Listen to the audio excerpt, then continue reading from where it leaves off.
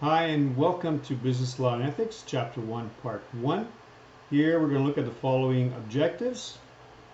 Provide sufficient knowledge of business laws to identify legal risks, apply knowledge of law in developing strategies, recognize when the assistance of a legal professional is prudent, and also utilize the legal professional services effectively. So, Chapter 1, just for a quick introduction from a business perspective, the law here can be a tool that, when it is used effectively, enhances business. However, law can also create a risk that, when improperly managed, can significantly damage a business. Right? So becoming familiar with the number and the scope of laws that are applicable to one's business here in Canada certainly is not an easy task. So this course we're going to develop to provide you with sufficient knowledge of business law here in Canada to achieve, as I mentioned, these following objectives. Right? So learning the basic principles that underlie business law will benefit you or anyone involved in business today.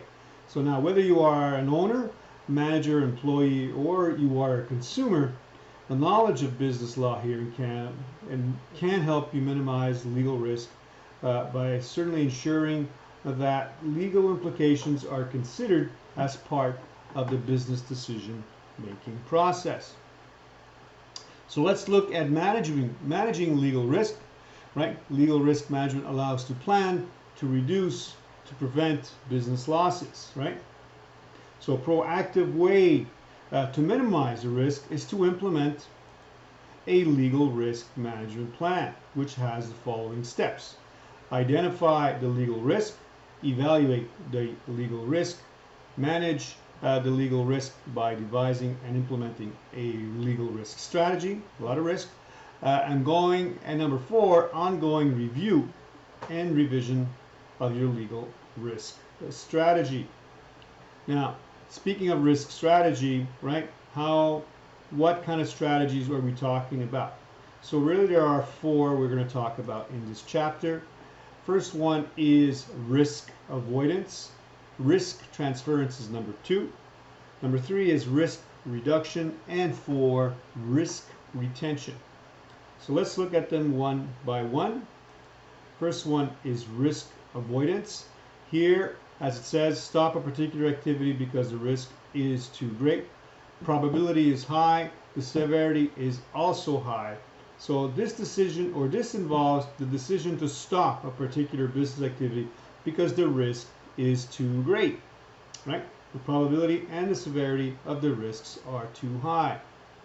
The next one is risk transference, and transfer the risk to another. So you have 2 most common ways: contract or insurance. So this approach involves transferring the risk to another. The 2 most common ways to transfer risks are by contract, where another party agrees to assume the risk, or acquisition of insurance, where your risk is pooled with that of others and transferred. The third one is risk reduction, right? Extensively used strategy in legal risk management plans that involves putting practices in place to lower the probability and the severity of the risks. And the fourth one is risk retention. This is a decision to simply risk it. This approach may be appropriate where the impact of the risk on a business is lower than the actual costs of avoiding or transferring that risk. Now, legal risk management requires a comprehensive approach to each legal issue that may come about for particular businesses. In addition, the overview provided here, the legal advice can be of significant assistance in identifying legal risk, appreciating their potential severity, and developing and reviewing your legal risk management plan. Right? But to be able to prepare and manage properly a legal risk management plan, the organization members must understand and abide to the foundations of business law here in Canada. So let's take a look at the Canadian legal system. the rule of law, fundamental legal principle that no one is above the law. So the law consists of the rules established and enforced by the society to regulate the conduct of its members. Okay? Not all rules that set expectations on the conduct of individuals or organizations are law, actually. So the feature that distinguishes law from other rules is enforceability. Law is the body of rules enforceable using the authority of the state or the country. Courts and other government agencies have the power to enforce the law. So, the rule of law, the authority of government and its institution to create and enforce law is not without limits. This is why we have the rule of law, a fundamental legal principle that no one is, as I mentioned before, above the law. Right? The rule of law prevents the use of government power, and also judges and government officials and government itself cannot act outside their representatives' jurisdictions, the legal authority granted to them by law. Right? So there are two legal systems in Canada. First one is civil law, and the second one is common law. Civil law is a system of codified law, which means that source of law comes from the rules that are set or codified by statute. Judges in the civil law system do not have to consider how other judges may have decided in similar cases. They can take that in consideration, but they don't have to apply it. Right? So judges in civil law do not have to consider, while they may be persuaded by how a decision was reached in other similar cases. They are not required to follow them. Common law was developed by judges over a period of time and used previously decided similar cases to determine how to apply the law in the case before them. So gradually a system of rules emerged from these cases, thus creating common law. This is why they use common, because it's been used before. Right? Judge-made law, used before, same thing. So the principle that a rule established in a previous case is binding on subsequent cases is known by the Latin term stare decisis, which means to follow that which has already been decided. It is also known the doctrine of precedent. Precedent plays a huge part, and it is common law. Right? So in both common law systems and civil system laws, is found in constitutional documents and in statutes, which is created by legislation here in Canada, but only in the common law system you will find a law in case law. Right? So the Canadian Constitution and other sources of law are found in the Constitution, like I mentioned, statutes, regulations, bylaws, and also in common law. So Canada was created by an act of Parliament of the United Kingdom called the British North American Act in 1867. This act was transferred from the authority of the UK Parliament to the authority of the Canadian Federal Parliament. Right? So Canadian Constitution is the Supreme Court of law. It established and it extends the limits of government authority. All other laws must conform to its framework. The Canadian Constitution, as I mentioned, was created in 1867. The Act was transferred, also as I mentioned, and from the UK. The Act, it was Patriot and renamed the Constitution Act 1867. And whoops, I'm going a bit fast. It includes many statutes, judicial decisions, and unwritten laws.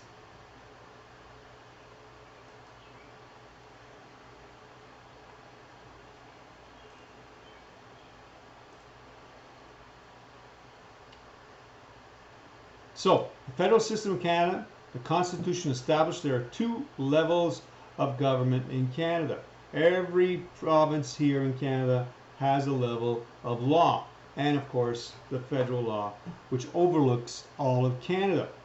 Now there are three branches of government in Canada, right? The Constitution establishes the following branches: legislative, executive, and judicial. So if we look at all three of them, legislative, democratically elected. It introduces votes on and passes legislation which is named the statute law. authority or jurisdiction is assigned according to subject matter, right? Parliament section and provincial legislation, here this was in 1867. Now, concurrent jurisdiction, shared power. In certain situations there is a concurrent jurisdiction, federal and provincial.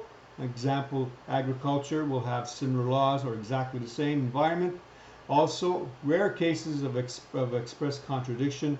In some cases this is called the doctrine of paramount, this is misspelled, I apologize. Paramountcy, federal law prevails, right? All the time.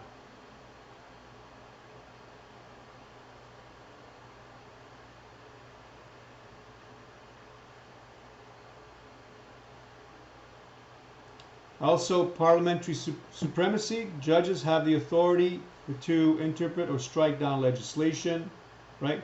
However, it is important to recognize that the legislator has parliamentary supremacy. Constitutional convention that allows legislature to override judge-made law, creating new ones. All right. Just to finish on a note about parliamentary supremacy, right? The judicial branch of government has a significant amount of power, and as I mentioned, and it may appear kind of confusing for or disturbing for judges who are appointed, can certainly trump the work of the legislation, which is the elected body. So judges may interpret legislation in a way that the legislator did not intend. So they have a chance, or they are possibility capable of changing it.